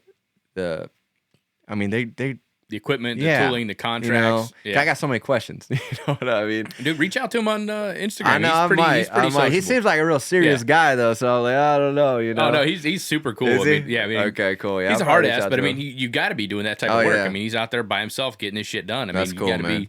But I mean, he's still pretty responsive. I know he definitely keeps his makes time for his family and stuff like that. So when he gets back to you, it'll be sporadic or whatever. Yeah. But, like I reached out to him. I was like, hey, dude, you want to get on the podcast? Okay, Like, cool. I'd love to chat with you. I was always intimidated to like reach out to him. Just He seems like an intimidating guy. Oh, yeah. He seems But, very like, serious. I was talking to Nate Bowen, and Nate's like, oh, dude, no, he's such a cool guy. Reach out to him. Like, he'll fucking chat with you. So I was like, oh. But like most of those guys, same thing with Nick. Like, reach out to him, chat with him. I mean, they'll get to you when they can, but, they've got so much information that they'll freely give. My buddy... Something went wrong. I'm sorry. Damn it, Siri. I don't know where that's even coming from. That my buddy Sam Welds, he same thing. He went out on his own a while back, and like he's out there freaking killing it. See, that's the thing, man. It's like I want to go on my own so bad, but I got a 2-year-old, I got a 1-year-old, and I got a wife. She don't work. She stays at home, takes care of the kids, which is fine. That's what I like, And it's not that she can't work. It's just she likes staying home with the kids, But it's a good time to do it. That's the same thing. When I was with the union, I mean, like I told my wife, she's like, she was doing like 60, 70. She was doing the same amount of hours I was. Wow. And, she was a manager for this like fancy, I'll tell you offline. She was like high up management for this grocery store. And she was like doing 70, 80 hours a week. And I was like, and so like I would get up first thing in the morning. I had to be to work at 6:30. Mm-hmm. So I'd get my son out of bed, like 5 o'clock in the morning. They get ready, drop him off at my mom's, and then I'd go to work. So like my wife would, if she was closing, I was going to school. She'd pick my son up at like 10 o'clock at night, bring him home, and then we'd repeat the same thing. And this was like 5 days a week. She was working weekends. I was working weekends, because I was with the ironworkers doing 7/12s. I was going to school full time. Yeah. So my wife's like, we don't get to see our kids. Yeah. And I was like, cool, quit your job. Yeah. Like I can sustain us on what I'm bringing in from the hall. Right. Just quit your job. Yeah. Be a stay-at-home mom. Yep. And like, until they get up into, going to school and everything like that. I mean, she just went to work probably 2-3 years ago. Yeah. I think that's where we're at too. She doesn't need to work. I know she wants to try to get something from home, but yeah, I mean, I my normal, so like in a picture perfect world, I work 7 to 3:30 Monday through Friday, but that's not how it goes. No. There's some days I leave for work and I might not come back that day, because we're working 24 hours or something. I got an outage or an emergency comes up. It's a 24-hour service, a contractor that I work for, but working all those hours for the other contractor, it's like, man, I could be, investing in myself and stuff like that. So I do want to start my own business. I do. I really do. And I think I'm going to. I think just naturally based off of my personality, I will. But for right now, I guess I'll probably use it as like a stepping stone, But I do. It's something that I really want to do is work for myself. Yeah. Think about what industry you want to get into and just start. What I used to do is like every paycheck, I'd go cash my check and I'd buy specific tools. Yeah. I'd take 10-20% out of my paycheck and I'd buy tools. Yeah. And then, that started propping me up. Just start building it up nice and slow. Yeah. And then the next thing you know, save up like 6 months worth of income. Right. Just go for it. Yeah, get your LLC set up, get a couple jobs lined up and, side jobs. Yeah. And then once your side jobs start kind of overpowering once your day job starts interfering with your side work. Yeah. That's when to pull the pin. And then you've got like a 6-month cushion to where, hey, if this doesn't work out, I can always bounce back into what I'm doing. Yeah, that's true. Especially with the union, Yeah. dude. Like Oh, when I got into education, sure. I just put my book on the shelf. So Yeah. I was still paying my dues. And then after, I don't know, probably 3-4 years, I went in and I just canceled it. And I was like, hey, I'm sorry guys, I'm not coming back. Right, there's nothing wrong with that. There's nothing wrong with bettering thing. yourself, you know what I mean? And that's funny that you say that is because when I topped out, I got my journeyman's thing because you can't really miss school going through the apprenticeship. It's like very, you got to be there all the time. Highly frowned upon. Yeah. Can't lay out on that one. Right. So when I got into the apprenticeship, I was 18 and I just got out of high school. And so my whole life, going to school just like everybody else and then get into the apprenticeship. And then I had to do the apprenticeship. I couldn't miss any days. And yeah, we had summer, but I still had to turn in my work reports and stuff like that. So I was still dedicated to that. So when I finally turned out, I was like, man, I'm free. I can do whatever I want. So and I had actually had a house at the time. It was my fiance at the time, and I sold it. I sold the house, and instead of using the money to buy another house, I bought a camper, and I quit my job. And we traveled the whole country, and it was super fun, man. It was something that I had to do, something I always wanted to do. And we pulled the camper all over the country, and we got all the way up to like Oregon, and my truck. Shit, Oregon's on fire. Turn around. Yeah, we drove through a couple fires up there, but no, my truck broke down and it was only running on 5 cylinders and it couldn't even pull the camper back. So I called my dad. I was running out of money. I had like no money left. I was like, Dad, man, I got to get back to town. I got no money. And he's like, all right, well, I'll give you my credit card, but you got to pay me back when you get back. I'm like, all right. So I rented a U-Haul to tow the camper back. And my wife followed me in the truck. But anyways, come back to work, and I hit up the union. I'm like, hey, man, I'm back in town. You know, you got anything? They're like, yep, boop, boop, go back to work Monday. Boom, just like that. Yeah. You know what I mean? And so I went right back to work, and I was like, man, I got to get serious now. And then right after that, my wife got pregnant again, and then I just stayed working hard, and I've been, you know, that was in 2019. So I took a couple months off. I just had to, you know, and I thought about working on the road, but with my circumstances with my truck and everything, I was just like, man, I gotta go back home. Yeah, that might not work out. Yeah, you know, so. And that road life's hard too, you know, especially like once you It get is. married. I know some guys that they leave. leave their wives and their kids, and they're making a lot of money. Like my one buddy Tyree, we topped out together. He's in Oregon right now, and he's orbital welding. He's making a lot of money, and he's making per diem. But he's away from his kids and his family, and I couldn't do that. No, You know, that'd be a rough one. yeah, I'm a family guy, you know, but I know guys that do it, and they'll work for 6 months and they'll make $100,000 or whatever, more than that, you know. And then they'll take a couple months off and come back home. But yeah, it is rough. It's rough working 712s even around here, you know, because I've worked outages around here. It's at powerhouses around here, 712s. And we make a lot of money. You know, me and Val did an outage together. That's funny. We got to bring him on to talk about that because it was a whole situation. You know, it gets real funny. But yeah, I mean, we made a lot of money, and that was the first time I ever had welded 9 chrome. And it was cool, man, you know, but working on the road, you will meet a lot of good hands. You will get really good, and you'll get a lot of experience. So that's one thing I would say to people. If you want to work on the road, do it. Yeah. You know? That's like my buddy Jacob Schofield, he works on the road. Or Okay. he did for a while. I That's think Schofield he's Welding, right? Yeah. Okay, cool, I think he's like, you know, at home now doing his own thing. Yeah. Doing structural steel with his brother. But for a long time, I mean, that's what he was a pipe hand. But he had his wife and kids, you know, he'd just take him in the camper with him. man. You know, so every night he was home. Yeah. You know, you go out, you work the right away, and then you come back home every night. And you're there. That's you know, cool. you're hanging out with your wife, your kids, and then you wake up the next day and you go back to work. Yeah. And you do that for a while. But I mean, you gotta have a good wife that is willing to tolerate that shit. You know, and just be out there and be like, I want to go out on a date. Well, I can't, honey, because I got to be back into work tomorrow at 5 o'clock in the morning. So I'm going to bed at 7. Yeah. It's literally work, sleep, work. Yeah. You know what I mean? But I mean, you do that for a while, and if you do it smart, you know, if you don't go out there and piss your money away, Right. and That's go the to the biggest bar, thing. Yeah. like that's the biggest thing, because like you start getting that money, and you're like, oh, it becomes an addiction. Oh, yeah. And the next thing you 'Cause know, you got so much money. yeah, you're and going you out get to the do bar, whatever you you're want. making it rain and all this shit. Like you're the center of attention. Oh, yeah. And I mean, but like, or you could take that money and start investing it, Investing you know, it, for sure. putting it aside or whatever. You do that for a couple of years, you come back, you buy your house cash, or you put a hell of a down payment down.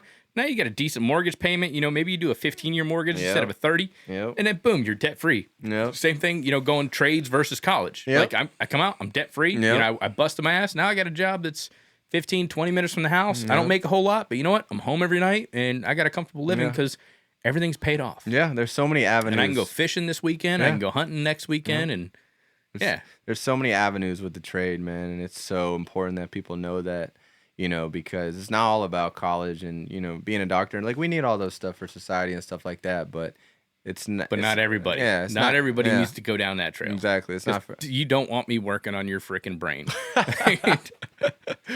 No, yeah, for sure. I always talk about that too, because my wife will watch like those medical shows and stuff like that, and they'll like have somebody cut open. And I'm like, I get stressed out enough if I can't get a valve to shut, you know, let alone somebody's artery to stop bleeding. You know what I mean? It's the same thing. I mean, a valve's a valve. Yeah, you know, but it's like, because there'll be some situations where, you know, the valves aren't holding, and you know, you've cut into a line that the customer said that it was good, and it's not. You know, now you got a serious problem on your hands. You know, and it's a high stress situation, but you learn how to, you know, navigate that through experience, though. And like I said, one of the best things about getting into the trades right now is, especially if you're young, is, like I said, all the guys that are in it are old.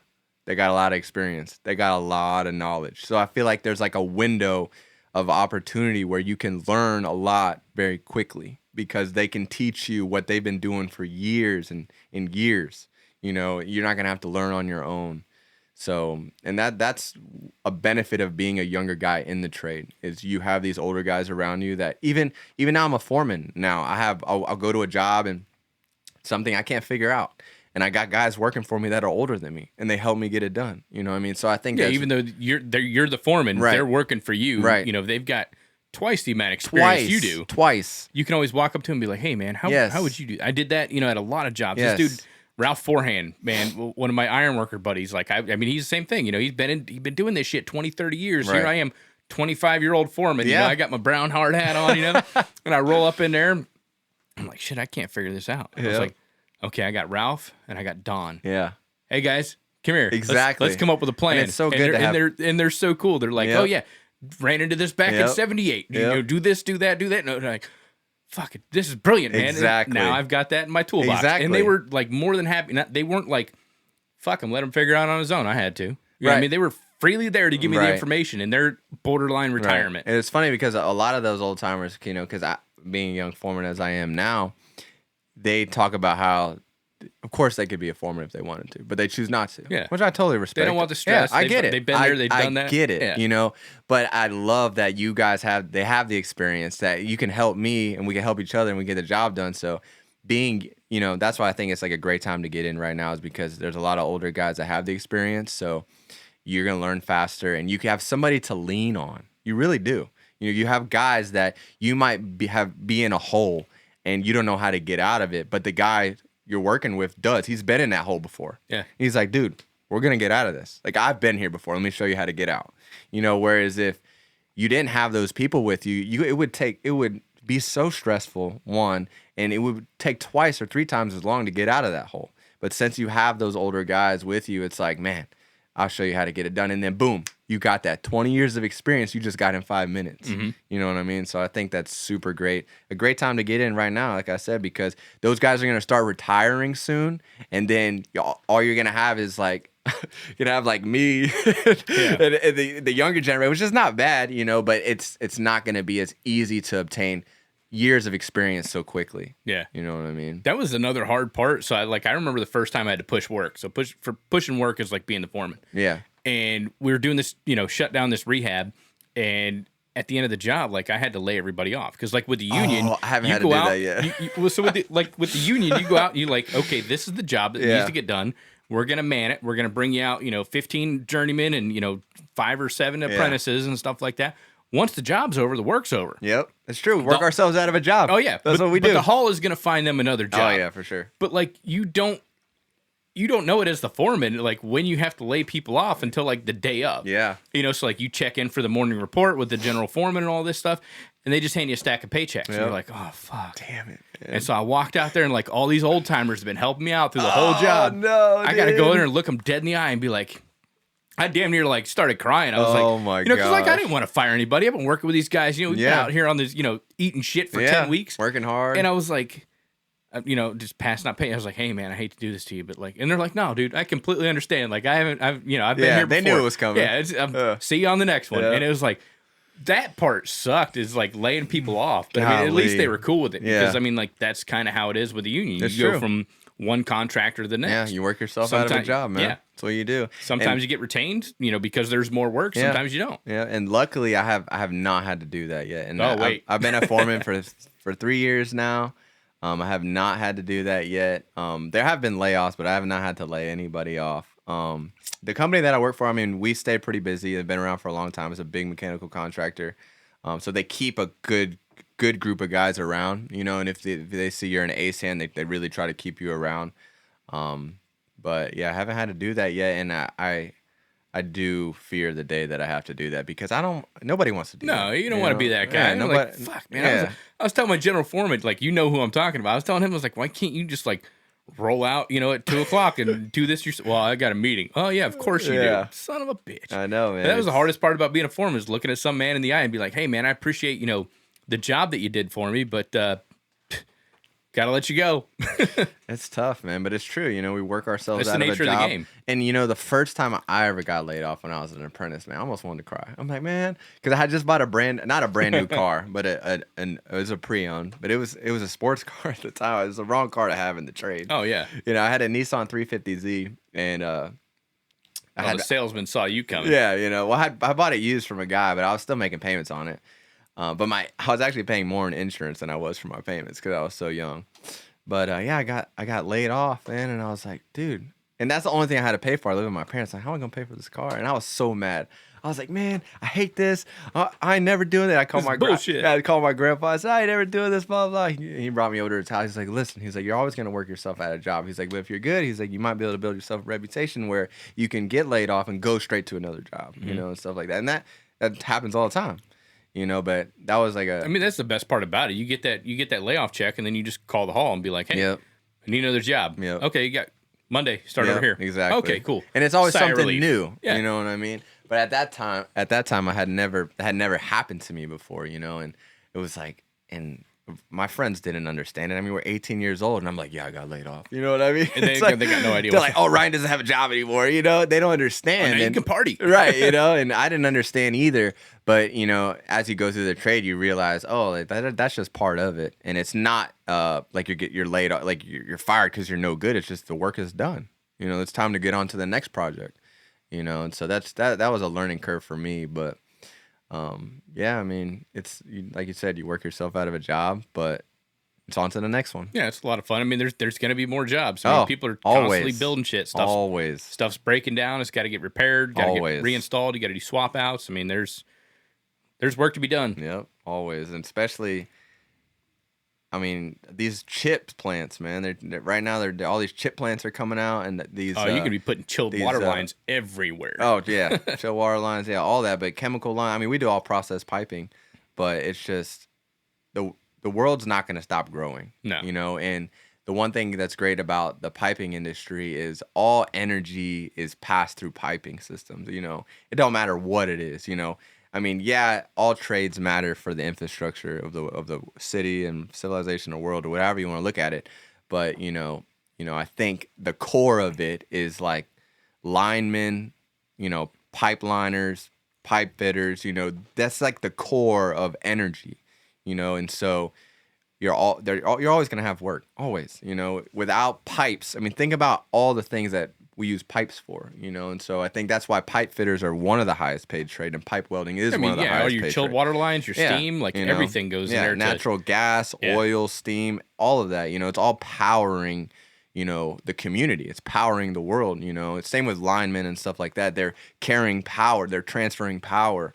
And it's dangerous jobs, but you learn how to do these dangerous jobs safely. Yeah. You know what I mean? And that's like the biggest thing, because when you think about all the things that can go wrong, there's a lot of things that could go wrong very quickly. Yeah, there's a lot of flammable shit, a lot of caustic shit that's flowing through them pipes. Yeah, so but you learn how to work around all that stuff safely and operate all that stuff safely. So it's cool to be a part of the infrastructure. You actually, when you really think about the things you work on and what it connects to and what it powers and all this stuff, it really puts it in perspective, like, wow, like I'm building America or I'm building the world or whatever it is. There's definitely a sense of pride that comes with it. Oh, yeah, for sure. So when you're like riding around with the wife and the kids and everything, do you like point out the window and be like, oh, definitely. See that I built that? Definitely. Yeah. Oh, yeah, my wife and kids are like, yeah, we know, Dad. Yeah, definitely. And, well, especially work the theme parks, and we have so many theme parks here in Florida. We do all their special effects, and all their stuff like that. So when we go to the parks, I'm like, yeah, did that. I point out every time we go to the theme park. I point out the handrails, the guardrail, like everything. Like, oh, this ride right here,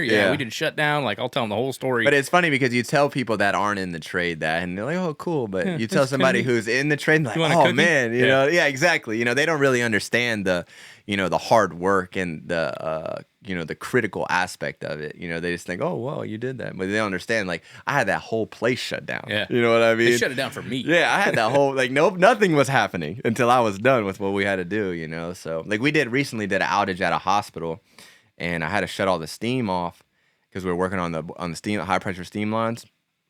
And the guy who was running the hospital, he told me, he's like, they're doing one more surgery at 9:30, and then you guys can shut it off. I said, dude, don't tell me anything more. I don't want to know whose surgery I'm holding up. I don't want to know anything about that. Just tell me when I can turn it off, because you don't realize that, the steam, or like you said, the gas or anything like that, it affects people's lives and their livelihood. And somebody can't get their procedure done because you have to shut the system off, or somebody can't get this done because the water main is off or whatever it may be, so there's a lot at stake.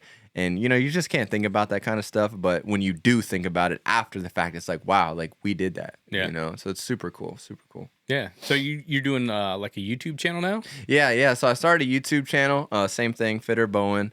And it's pretty much, I want to promote, tips and tricks, to the trade, as well as, try and teach people, a little bit about the industry and how to do certain things.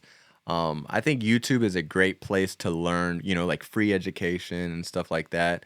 But it's not, it does teach you, but I think if you really want to learn, you need to get the hands-on experience.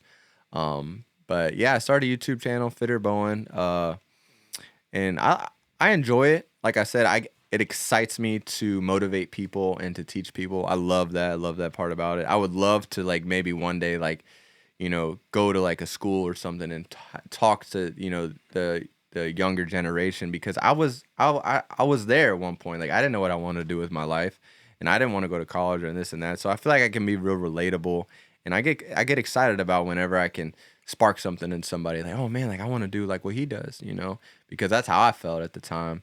But yeah, that's my YouTube channel. It's not for like, it's just for an educational purpose, and it's not the greatest, but just like anything starting out, you gotta go through hurdles and figure out how to do this and do that, and you don't have to be great to get started, but you got to get started to be great. I love that. Yeah, exactly. So that's where I'm at right now. But it's growing pretty quickly, and just like everything else that I've been doing on social media has been growing really rapidly. But I'd never understood the power of social media until I got involved, especially with the welding community. I didn't realize there was such like a niche for it. It's insane, and it's just, and it's a tight knit community too. Oh my gosh, it's so tight, and you got the like almost like ringleaders, you know what I mean? Like you and a couple other guys, and it's like they really operate, the system, but it's all for the same purpose, and it's to promote the trade and to, educate people and to motivate people and try to point them in the right direction. And I love that. That's one reason why I'm happy to be a part of this Arc Junkies podcast, is I get to, kind of be a part of that and talk to people about my story and how I started and where I'm at now, and that you can do it too. So, but yeah, I started YouTube and I got Instagram and TikTok, but it's all, it's all for the greater good. It's not for the clout or anything like that. It's just, I want to promote the trade, and I'm passionate about what I do. Yeah. It's about like building other people up. Yes. I love that. I love building being a resource like we didn't have when we were growing up. Exactly. And it's so important that people can relate to you. And, that's like the biggest thing, is because when I got into the trade, I don't know if social media was that big with the trade when I got in back in 2013, but it was hard for somebody to relate to what I was going through, being an apprentice and, being green and not knowing the trade and being young, and I couldn't relate with anybody. There was like a few guys in my class that we couldn't relate with anybody else. We just supported each other, but with social media now, people that are getting into it, they can reach out to me and, hey man, I'm going through the same thing you went through. Like, do you have any advice? And I'm like, yeah, I want to help you. I want to help you feel like that, even though you had a shitty day at work and people are messing with you, or it's hard, or I was there, and I want to be like, hey man, I was there. You're going to get through it. You know what I mean? I think that's like the biggest thing, because when I was going through it, I had nobody. If I go to my mom, like, Mom, I had a bad day. You know what I mean? My mom don't understand. You know what I mean? And some people don't even have that. So I think it's just important to relate, that I can relate to the people, the younger generation that's coming into the trade. They want to be a part of it. They think it's badass. They're influenced by it, and they want to do it. And that excites me, because I can help you. I've been there before, and I know how I feel when I'm going through a stressful situation, and I can reach out to somebody that has been there before, and I know how that makes me feel. So I try to advocate that and be that for the younger generation, because they need that. They need somebody to help them get through it, because you're not necessarily going in blind, but in a sense you are. You have no idea about this industry. You have no idea any of this stuff, so that's really like my main audience, is people that were like me, that have no background, they're green, they have no idea what's going on. Like they could barely read a tape measure or something. It's possible for you to get in, know nothing, learn, and become very good at your job and get paid a lot of money to do it. Yeah. You know what I mean? So that's my biggest thing. And I get excited about that stuff, man. Well, awesome, dude. It's been a pleasure having you out here in the studio. Oh, no, it's great, dude. Thanks for coming on the show. No, yeah, I definitely think I'll be back again. I like talking to you. And 100%. Next time, bring Val with Oh, you. we're going to bring Val, man, for sure. He's going to have a lot to say. But no, have to spur him out of the gate. Yeah. No, this is great, man. I think it's really cool what you're doing. And I think keep on doing it, man, because you're bringing everybody together, like people like me and other people that are putting themselves out there and trying to promote the trade. You're really bringing them together and getting a more in-depth, a more textured description of the lifestyle and the trade and everything that there is to it. And there's not just, welding this or welding that. There's so many things that are to it. And I think that's what's great about Arc Junkies is, you touch base on all aspects of it from, my perspective to, even a really professional or an educator's perspective or an artist's perspective and all of that. So I think it's all great to hear how welding connects all of that. Yeah, I like to be pretty diverse with it because welding's not a one size fits all solution. No, it's definitely not. I mean, like right when I first started, people were like, "Oh, all he's going to do is talk about ironwork," and it's like, no, there's so many different facets to this stuff. It's like the whole mission is to help educate and inspire the next generation of welders, and I can't do that by sitting back here talking about ironwork all day. I can relate a lot of stuff, being an iron worker or like in a shop fabricator. Yes. But bringing in pipe welders, bringing in the guys that are out there, doing the work. Yeah. In several different industries that relates to welding. Welding is the language, man. You know what I mean? It's the universal language that connects all of these trades. Everything else is kind of derived. Everybody else's language is derived from Latin. Exactly. Welding's like, Latin, and then you kind of break off. Yeah, it's the Latin of the trade, Yeah, it brings everybody together because you could weld iron and I could weld pipe and somebody could weld art or somebody. It doesn't matter. We understand the arc, you know what I mean? So we can have a conversation. And like I said, I think it's great that you're promoting this whole welding world, man. It's really cool. So I appreciate it. Thank you for having me on here. Oh, man. Definitely, dude. Before we get out of here, why don't you go ahead and plug your socials one more time? Oh, yeah. So I go by Fitter Bowen on Instagram, TikTok, and YouTube. You guys check me out, man. Constantly putting out, content, tips and tricks, welding videos, pipe fitting videos, product reviews, anything that I can do to help, you guys out. That's what I'm trying to do. So, and I appreciate all you guys listen to this, man. So thank you. And thank you, Jason. I appreciate it. Yeah, definitely. I'll put all the links to your socials and your YouTube channel and everything in the show notes. Awesome. Thank you. All right, brother. All right, ladies and gents, that is all I have for this week and this year. Be sure to give Ronnie a follow on Instagram and check out his YouTube channel. I'll go ahead and drop all the links down in the show notes section. I appreciate y'all listening to the podcast and hope y'all have an awesome new year. Stay safe out there, and until next time, make every weld better than your last.